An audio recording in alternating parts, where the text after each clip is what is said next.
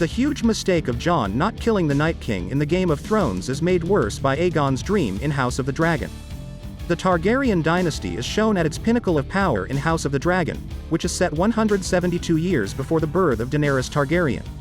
The first episode of Season 1 closed with King Viserys I Targaryen informing his daughter and heir Rhaenyra about Aegon the Conqueror's Song of Ice and Fire dream, despite the fact that it was anticipated that House of the Dragon would exclude the White Walkers from its narrative.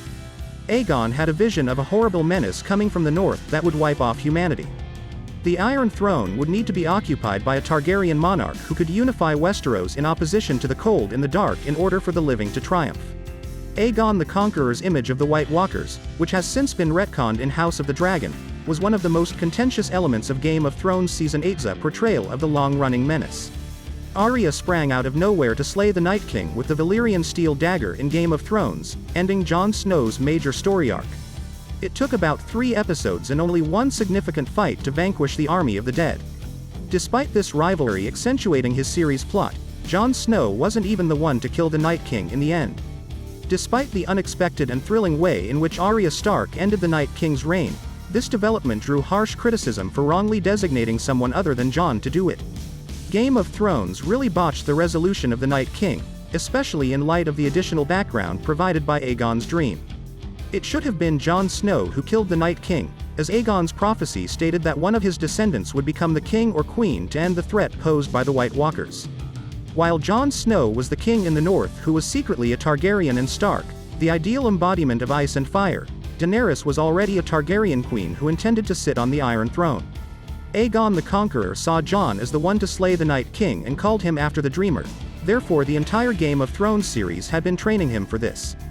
By having Arya kill the Night King instead of Jon, Game of Thrones failed to realize Aegon Targaryen's prophecy.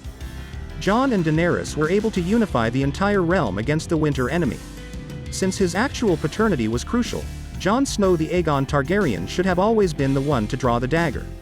The same way that the House of the Dragon's interpretation of Aegon's dream shows that Jon should have murdered the Night King, it also makes clear that the character's Game of Thrones conclusion was appropriate.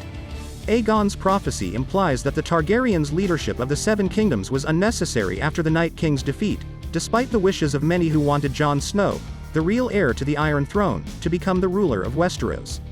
In order to fulfill the prophecy and the Targaryen family's role in Westeros, Aegon needed to keep the Targaryens in power until the realm had been united against the northern threat and saved the living. Similarly, after regaining control of the Iron Throne in Game of Thrones, Daenerys Targaryen fulfilled her portion of the prophecy. Aegon's Song of Ice and Fire dream, however, made no mention of the prince that was promised continuing to govern Westeros.